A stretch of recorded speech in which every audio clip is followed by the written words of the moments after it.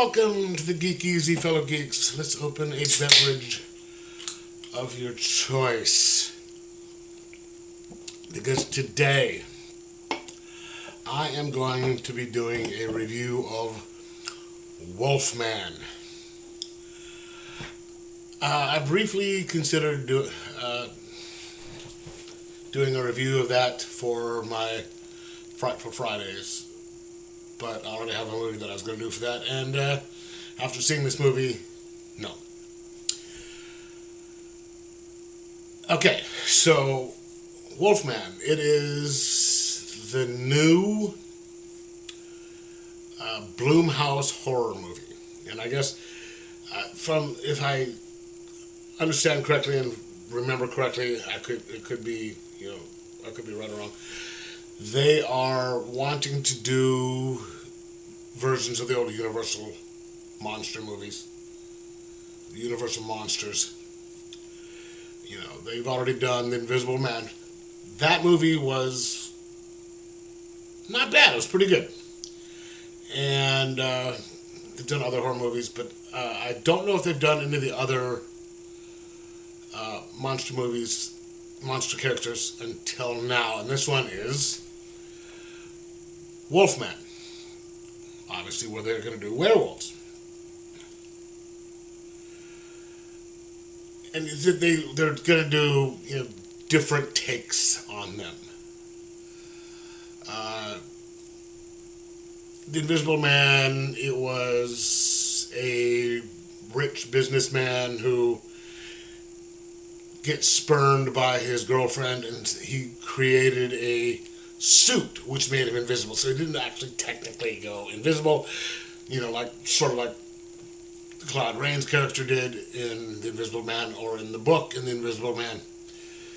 This, it was technology that made it do it, as opposed to actually becoming invisible. In this one, it is a reinterpretation. It is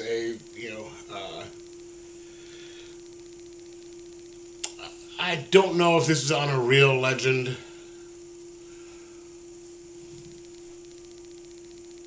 But let me break this down for you.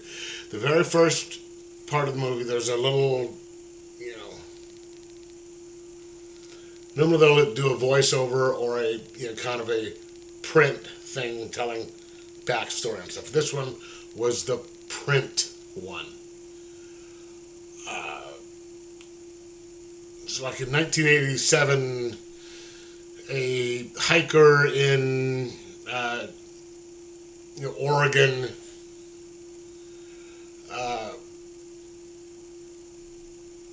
disappeared, while out on the trails, and people say that he fell victim to the natives around there.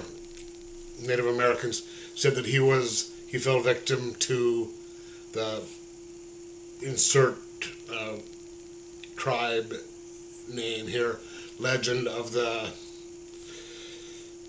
Native American word, and it says face of the wolf. Right? So then it switches to a young boy. It's kind of dark out, and you hear somebody, in sort of like a boot camp fashion, yell for him to wake up and get her. So the kid jumps out of bed, makes his bed up like you're supposed to in the military, and goes down to eat breakfast. And it's a young boy living with his father, who it seems like is either a kind of a paramilitary type guy. They live off in the woods someplace. Just either a kind of a survivalist, something like that, a vet who doesn't want to be out around the real world, or something like that, and does these super military type stuff.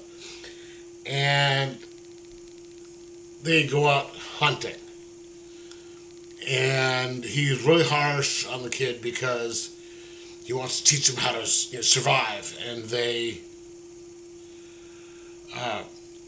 hunting a deer, and the kid runs off to try and get a better shot, and he sees a figure that sort of looks like a wolf and is being tracked. And his the dad grabs him and finds him. They go off, and then it's just 30 years later, which is today. So you have this guy, the kid, all grown up. He's a man, and he's out with his daughter in New York, and he is out taking his daughter. They're coming back from some museum or something like that, and the daughter seems to be this really well-adjusted, happy kid, and he is one of those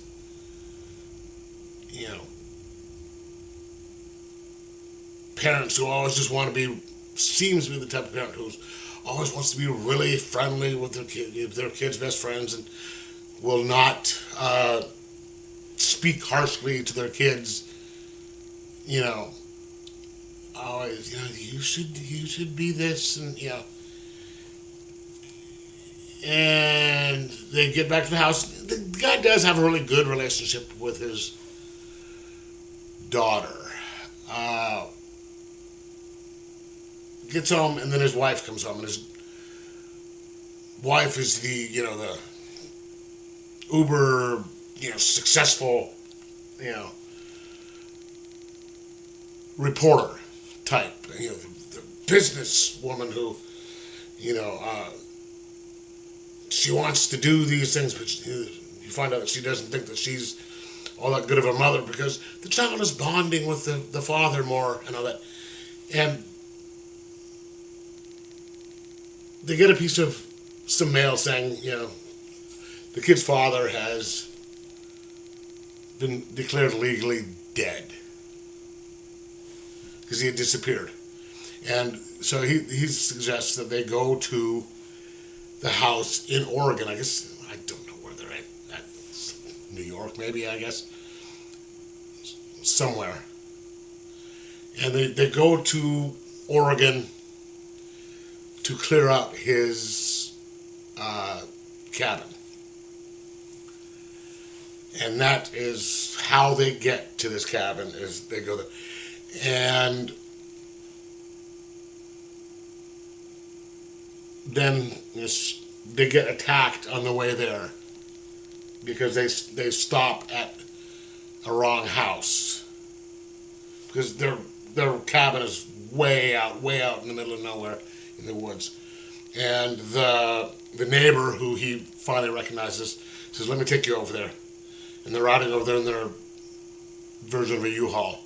And they go off the road and get attacked, and that's where the stuff starts. Typical, horror movie trope,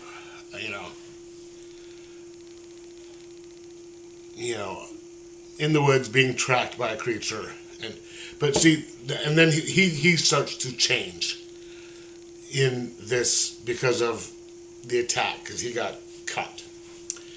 Now, we've seen this all happen before in movies, and how it's done is what makes the movie good or bad, and the characters. In this movie, the only interesting character is the child. The actress who plays the child has a lot of screen time, but she doesn't have much to do. But when she does it, her character is a kind of a good character. There are good moments with the father. I like their relationship for the most part.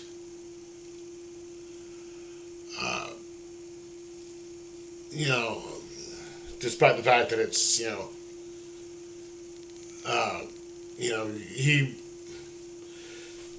there are things in there. He starts to, he's trying to explain something to her, and it sounds like he's, doing these over analytical things like, I did this to you because I'm scared, and I shouldn't be scared, and you know, if you get scared and you get worried, it's just scar you for life, and I don't want you to be scarred. No parents talk to their kids that way, man. Just look, I'm trying to protect you, okay? Just trust me. But for the most part, he had a really good relationship with his daughter. The wife, on the other hand, very unpleasant character.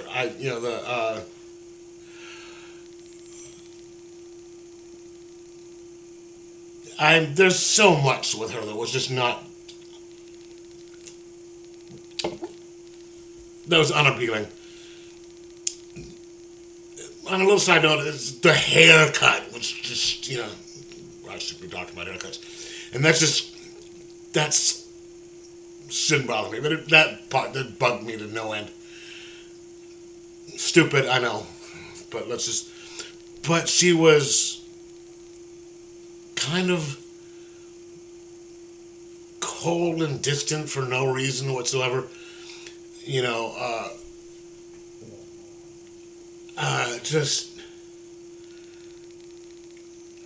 She was, for some reason, the dominant person between the two, despite the fact that she couldn't make a decision on things to save, literally, shouldn't have been able to save her life. She's just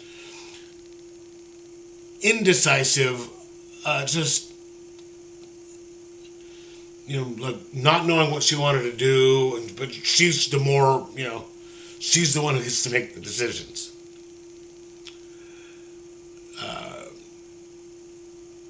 And the husband is, I don't want to say he's a cuck, but he's kind of a beta male. And his wife just is not anyone, especially if it's someone that you love, who is not that, has that kind of a weak of a personality or something, should be the one to sit there and say, we're going to do this, we're going to do this, we're going to do this. And it didn't happen. So he gets injured and starts changing, and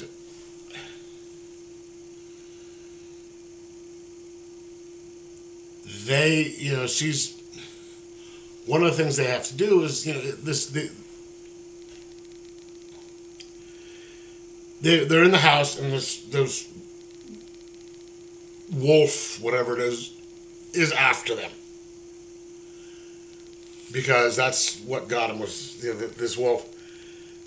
They run into the house, and they kind of have this big, long conversation on what to do. And she just kind of stands there. So he grabs a bookshelf, takes all the stuff off the bookshelf, has to drag it over there by himself, and she just kind of stands there and says, "You sure that's going to work?" And she's supposed to be worried. It's like, help him out, And so they put it in front of this door and nail it down, but they don't bother. While this creature's still out going around, had stopped trying to get through the door at this point, but they block the door. They don't do anything about the windows on the, all around the house, or the back door. If this creature was really trying to come after him, there's shit, back door, the thing could get in easily. And he hasn't been in the house for 30 years, or however long. Or once he was able to leave, he left. So that should be at least 12, 13 years. Because maybe, I'm assuming 18 maybe left. So,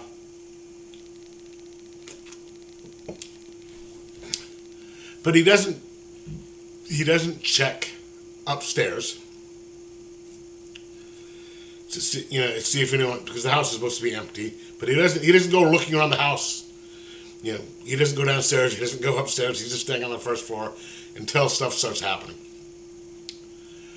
And then when stuff starts happening, the wife has to start doing more, supposedly making more decisions, which she can't do. She only does stuff. She's being reactionary. Like something happens, and then like the thing is in the house, and she's, oh, let me do something now. And she supposedly, hates guns. Alright? But let me tell you, if there is something coming after you that's already done something to your husband where you're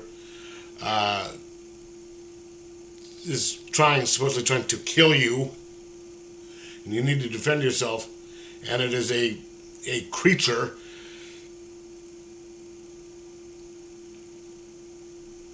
and you're in a house of a hunter, are you going to go looking for guns, or are you going to use a knife that you'd use for the kitchen? Whether or not you like guns or not. I would go looking for the guns. And because this guy's a hunter, there's got to be guns in the house. Even if the husband, because the father took off at some point, he'd gone out hunting one day and disappeared. So that's one gun that had gone. But there are at least two guns in the house because her husband, as a kid, had one. So there's at least, whether or not I liked guns, I'd be looking for a gun to protect my family. And also block the doors and windows.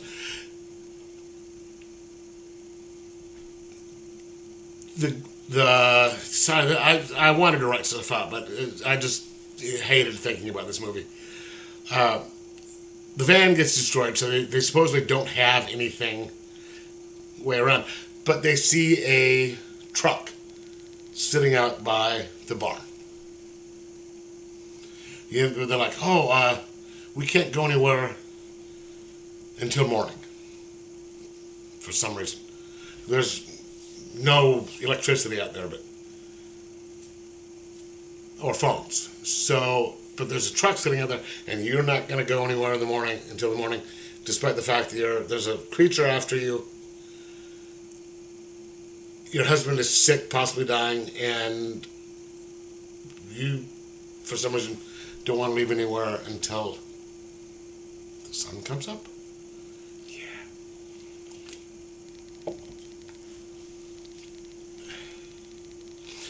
They finally do go after it, and that is just the truck, and that's, don't get me started on that. But there are so many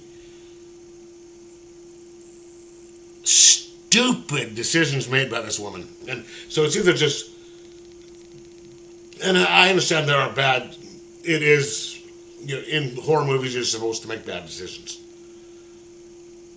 But there's bad decisions, and then there's just either really bad writing or horrible decisions.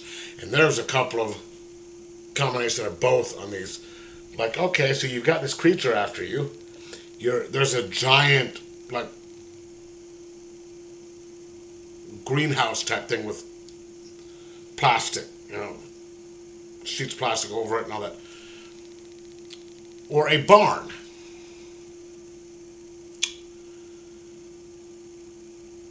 Where would you go?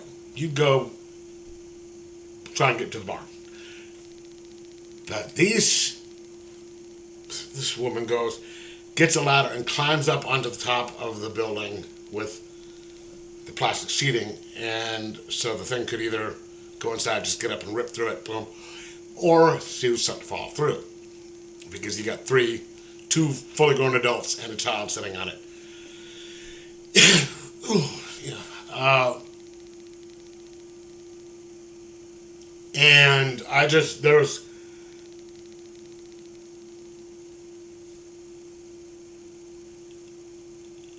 the husband's character as he's being transformed. One of the things they're doing is they're trying to get a little artsy with it because they start showing stuff from his point of view as well. What he's starting to, as he's transforming, you're seeing stuff, the mother and the child from his point of view. You'll hear, he's starting to like hear certain things really well. Like he'll hear something on the second floor that's thudding up on the second floor. Then it turns out that it's a spider walking up the wall. Okay, you can hear that really loudly, but then nothing after that changes his hearing. His hearing seems to be fine after that. His vision is seeing things really, really well, but making the daughter and wife's eyes glow, and it looks like sort of like an infrared type thing, and it's just, and can't understand what they're saying.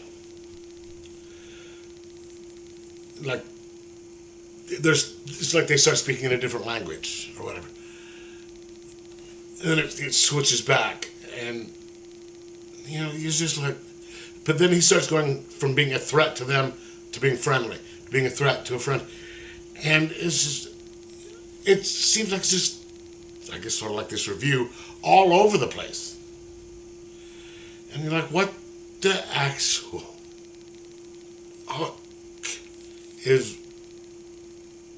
what are they trying to do here? And it's, and the mythology behind this, I guess, which they don't really go into, they just mention that it's some sort of, Native American mythology on this. That, I guess, sort of explains the look of the wolf in here, because, there's pictures released of the movie where people say, why does this look like this instead of a wolf? I guess that would explain why he looks like that, but they never go into the mythology on it or what it's all about. They just mention that there's this story and then boom, boom, boom. Why, and so it's unpleasant characters who shouldn't be able to, the wife shouldn't be able to decide her way out of a wet paper bag without, detailed directions. And making bad decisions look like good ones with her horrible decisions. Just bad writing, and the only thing that looked good in here was some of the scenery and some of the wood shots. But I can't sit there and give this a review. The acting was, the child who played the daughter did a good job acting. The father, when he was fully human, did a pretty good job. The actress who played the mother, either she just can't act or she just wasn't given much to work with, which I'm thinking more of the second than the first.